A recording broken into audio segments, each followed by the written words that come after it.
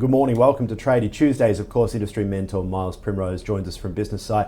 He's been mentoring trades and builders right across Australia for over 17 years. How are you doing? Fantastic. Yourself? I'm doing very, very well. We've been very busy building our new studio. I've got the cuts to prove it. You've been getting your hands dirty and your sleeves rolled up, and that's it. Yeah. You got a new shirt on. I have. Thank you. It looks fantastic. It does. You look wonderful. Yes.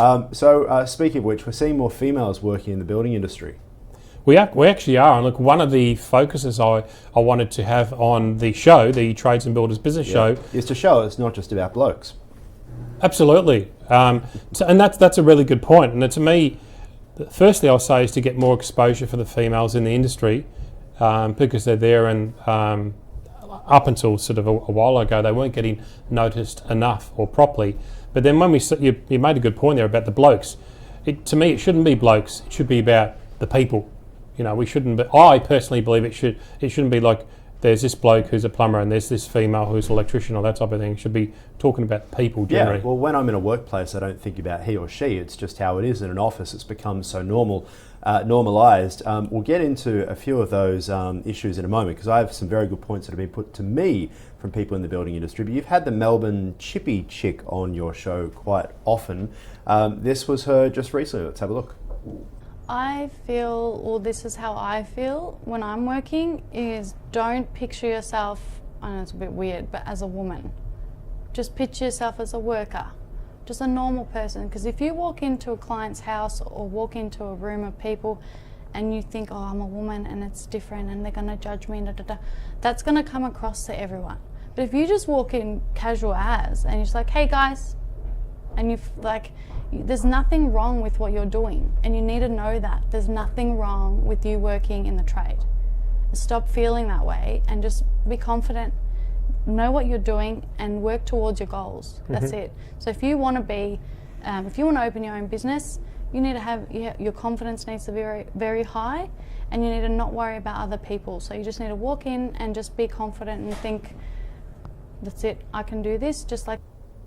Very, very good point, of course. Some of the things that are being put to me is the language, the sort of things that go on building sites, not to mention the Me Too era, that I know tradies who have said to me, look, we've been offered females to come and work with us, but we're really scared that A, it will change who we are, or even worse, it won't change the language on the building site and people will take offence. What do you think about that? So when you say language, what's an example? What do you mean? Oh, well, I personally, when I was younger, would go out with my family who are tradies, and I would sit there and you'd have one bloke at lunchtime reading a porno magazine, and, you know, it was check out her, have a look at her. It was very, very suggestive, sexualised kind of content that was being said all the time. And they just are really worried that it would be taken badly. They don't want to change, I think is the point. How do we kind of overcome that? Well, I mean, going back to Stephanie, I mean, one of the things that she said, both on the show and off the show, is that, she didn't sort of start this, my understanding is she didn't start this movement thinking that it was going to get so big so quickly with the amount of followers she got. And I look at this in two ways. One is, I've met her a few times and she's one of the most genuine people. She's using Instagram for the right reasons. Yeah. Now there's other girls out there using Instagram, they're having their cereal, they're having their cup of coffee, and this is what for breakfast this morning. It's just it's nothing. It's nothing. Nothing content. No substance. Yeah. And the thing that she mentioned is that she's there, and I can genuinely see this. She said, you've got to be there and you've got to back yourself. Yeah. And I see her, like, I know she works for her father, he's a builder. And I've seen some of the videos where she's on site and she's explaining how to use tools and different things. And over the last couple of years, she's got so much respect. At the start, people might have been questioning her motives and that type of thing.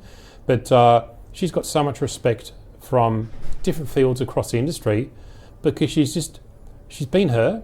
Yeah. She's not trying to be a female doing this or not trying to be too much one way or the other. And it really does come down to backing yourself. Yeah, and it is something that workplaces do need to change, regardless of whether or not they want to. This sort of behaviour, for example, if you're on a work site having these sorts of inappropriate conversations and the owner of the house that you're working on walks past and things like that, that's going to be an issue in itself, right? Do you find it surprising in this day and age that it kind of almost is one of the last bastions, isn't it, of workplaces where women aren't there in huge numbers. It's starting to come through. I certainly notice when I'm driving, you know, and you see road workers, I'm seeing a lot more women these days who are working on the roads than you typically used to see. Do you think it's starting to change? It is starting to change, but one of the other things that I've personally noticed is there's places like some of the associations for people in the building industry where, unfortunately, some of them have got like, you know, female apprentice of the year type thing, or there might be an award for somebody, you know, for a female to do a certain thing. To me, it should be, there's the award, who's won it? It doesn't matter whether it's a male or a female. So no quotas is what you're saying. It should simply be encouragement, but to treat everybody equally. Absolutely, and whoever's the best, whoever's done the best job for, you know, a $400,000 renovation, that's somebody gets that award. Doesn't matter whether it's a male or a female. Yep. Whoever is the best apprentice for the electrical, you know, it shouldn't be awarded to, hey, we're going to start recognising females What now. about a lot of the associations, the Home Builders Association, etc.? Should they play a part in trying to get more females into these work sites? Oh, absolutely. And look, I think that some are trying to, but they could do a better job. I personally believe some of them are doing it to make them look good, not to actually genuinely actually make a difference. Exactly. Yeah. And it's like, you know, you can look on LinkedIn at any industry, and there's some places, and you might know it from the media industry, where they're starting to highlight, hey, now we're recognising women in this, and, you know, we've now appointed a woman as a general manager or something like that. I'm thinking, well, so what? Yeah, it should be the best person for the job. Absolutely. Who's on the show today?